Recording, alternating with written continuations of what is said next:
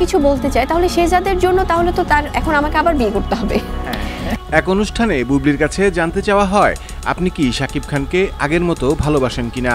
এর জবাবে বুবলি বলেন, ভালোবাসার এই ব্যাপারটা আমি বলবো যে আগের মতো নেই, অবশ্যই নেই। কারণ তাকে আমি বিশ্বাস করেছিলাম, তাকে আমি সম্মান করেছিলাম, এখনো করছি। আমি বলেছি দাদা আমি ভালোবাসি এখনো, তবে আগের মতো সে ভালোবাসাটা নেই। সেটা আমার স্বামী হিসেবেও আমার সন্তানের বাবা হিসেবেও।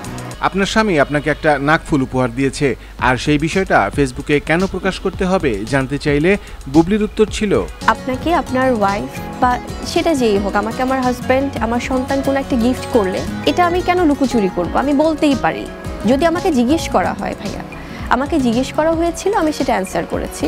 এবং প্রত্যেকবারই আমার ব্যক্তি জীবন নিয়ে যখনই আমি কোনো সোশ্যাল মাধ্যমে আমি কোনো কথা বলেছি, তার প্রিভিয়াস ব্যাপারটা যে আমাকে বাধ্য করা হয়েছে সেটা কিন্তু আপনারা খুব একটা বলেন কিনা আমি জানি না ভাইয়া, যে বুবলি যে এই কথাটার অ্যান্সার করলো তার আগে ওকে কি বলা হয়েছে।